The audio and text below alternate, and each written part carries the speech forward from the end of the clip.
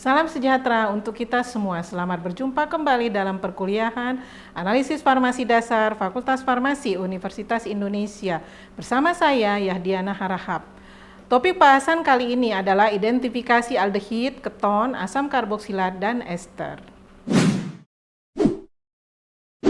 Gugus karbonil adalah sebuah gugus fungsi yang terdiri dari sebuah atom karbon yang berikatan rangkap dengan sebuah atom oksigen, jadi C rangkap O.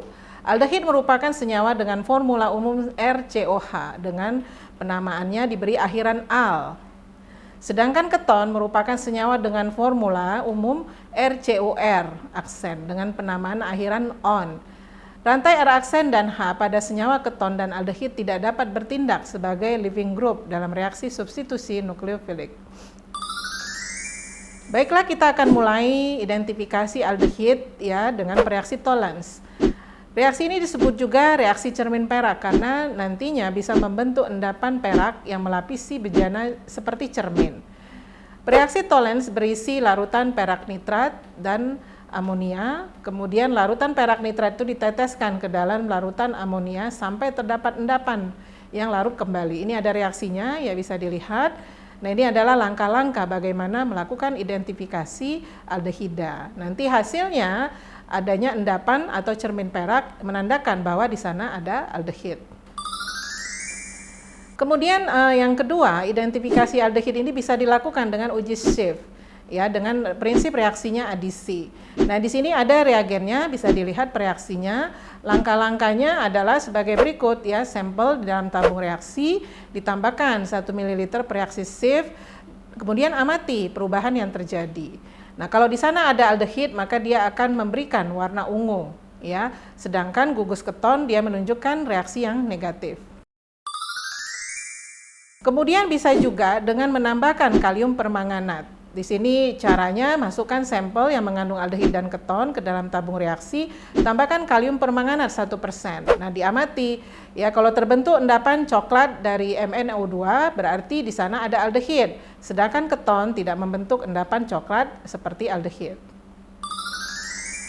Identifikasi keton dapat dilakukan dengan uji Tollens dan Fehling, tetapi ini sebenarnya dia negatif ya. Jadi kalau senyawa yang kita duga keton kita reaksikan dengan Tollens dan Fehling, maka dia tidak memberikan reaksi yang positif ya. Jadi dia tidak mereduksi Fehling dan dia juga tidak membentuk cermin perak dengan Tollens. Nah, keton mempunyai reaksinya sendiri, yaitu uji Legel-Rotera. Nah, di sini ada langkah-langkahnya. Ya, sampel yang diduga mengandung keton tadi ditambahkan beberapa tetes natrium nitroprusid dan amonium sulfat dan amonium klorida. Kemudian ditambahkan amonia dan dibiarkan beberapa menit. Ya, bila perlu dibantu dengan pemanasan. Kemudian amati perubahan yang terjadi. Ya. Nah, kalau kemudian terbentuk warna violet, maka positif untuk keton dan kemudian bisa berubah setelah beberapa lama menjadi biru dan selanjutnya menjadi tidak berwarna. Baiklah, selanjutnya kita akan membahas identifikasi asam karboksilat dan ester. Nah, asam karboksilat bisa diklasifikasikan menjadi beberapa golongan. Ya, ada yang mudah menguap, ya. Jadi ada asam yang mudah menguap, ada yang tidak mudah menguap. Biasanya yang mudah menguap itu yang kalau kita cium ya, baunya menyengat, itu berarti dia volatil ya, seperti asam formiat, asam asetat kan baunya spesifik ya. Kemudian berdasarkan jumlah gugus COH-nya. Ada yang monokarboksilat kalau COH-nya 1, ada yang poli kalau COH-nya banyak. Kemudian berdasarkan konsistensinya, ada yang berbentuk cair, ada juga yang berbentuk padat atau kristal. Nah, kita bisa mengecek pertama-tama itu dengan secara organoleptis ya. Jadi asam karboksilat dengan berat molekul rendah berupa cairan tidak berwarna dengan bau yang menyengat. Makanya tadi yang saya katakan ya, volatilitasnya masih tinggi, makanya baunya menyengat. Ya, tadi seperti asam asetat, formiat, ada juga yang baunya tengik ya dan lain-lain bisa dilihat di sini. Nah, bau asam karboksilat kalau dia sudah lebih dari 10 C-nya, dia tidak berbau biasanya ya. Jadi low volatility. Nah, dari kelarutan asam karboksilat ini bisa kita lihat dari jumlah karbonnya. Kalau atom C-nya 1-4, dia masih bisa bercampur dengan air dalam segala perbandingan. Sedangkan kalau jumlah C-nya 4 sampai 9, dia bercampur dengan air tetapi dalam perbandingan tertentu. Kalau C-nya sudah lebih dari 9, biasanya dia sukar larut di dalam air. Dan semakin banyak gugus COOH, biasanya dia makin mudah larut di dalam air. Nah, untuk sifat fisikanya, makin banyak jumlah atom C-nya, maka makin tinggi indeks biasnya. Semakin banyak gugus COOH-nya, makin tinggi titik leburnya.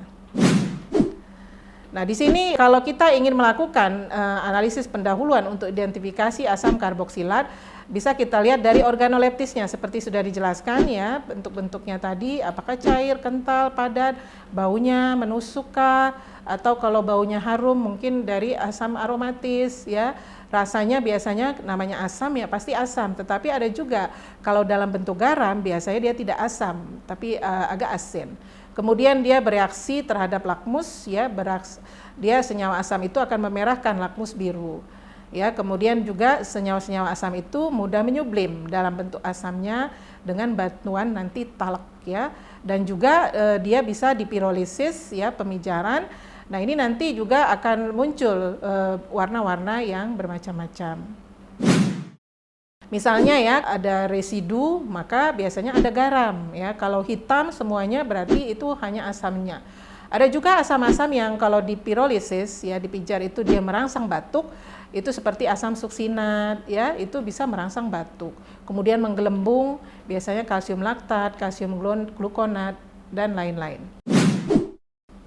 Nah, di sini ya, kemudian kita ingin membedakan apakah di dalam struktur asam tersebut ada aromatis atau dia hanya alifatis saja. Nah, kita bisa menggunakan reaksi Marquis.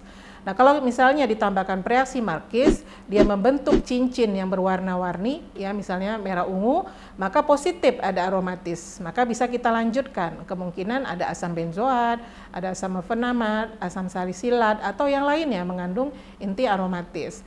Kalau dia negatif, berarti dia asam alifatis. Nah, untuk menentukan lagi di dalam asam alifatis itu, apakah ada ikatan rangkap atau tidak, ya maka kita tambahkan ya aquabrom ya, reaksi Bayer.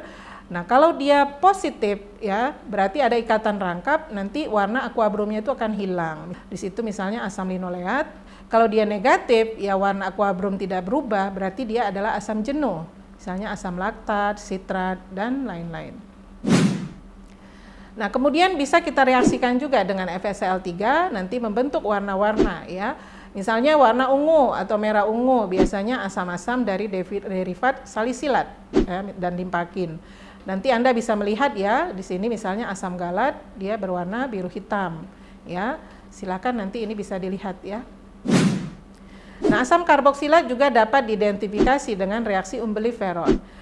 Prinsipnya senyawa asam bila direaksikan dengan resorsin dan asam sulfat pekat lalu dipanaskan dan diencerkan di dalam air ya, ini akan memberikan ya hasil yang berbeda-beda setiap asam. Nanti kita cek di bawah sinar UV ada fluoresensi yang bermacam-macam. Nah, di sini misalnya ya asam ftalat ya, kalau sinar biasa dia berwarna kuning atau kecoklatan, maka di sinar UV dia akan membentuk warna hijau muda yang berpendar ya, berfluoresensi.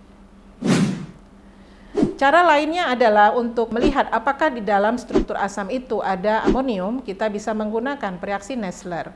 Ya, misalnya asam-asam yang mengandung amonium, ya, amonium formiat, ya, amonium tartrat, ini nanti akan positif dengan Nessler membentuk endapan berwarna kuning. Selanjutnya kita akan membahas mengenai identifikasi ester. Di sini bisa menggunakan uji Ferri hidroksamat, ya. Di sini bisa dilihat prosedurnya. Kalau dia positif, dia menghasilkan warna burgundi yang pekat, kemudian warna magenta dan amber. Ya, di situ ada gambarnya ya, bisa dilihat. Cara lainnya adalah dengan melakukan hidrolisis ya, suasana basah. Jadi senyawa atau sampelnya ditambahkan dengan NaOH 6M, dipanaskan selama 30 menit.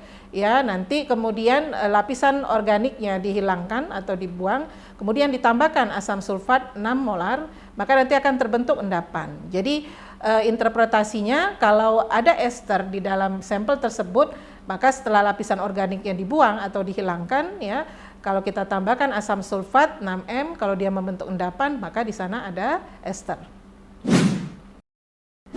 Demikianlah pertemuan kita kali ini yang membahas mengenai identifikasi aldehid, keton, asam karboksilat, dan ester. Semoga Anda dapat mengambil manfaat dari video ini. Sampai berjumpa kembali pada kesempatan yang lain.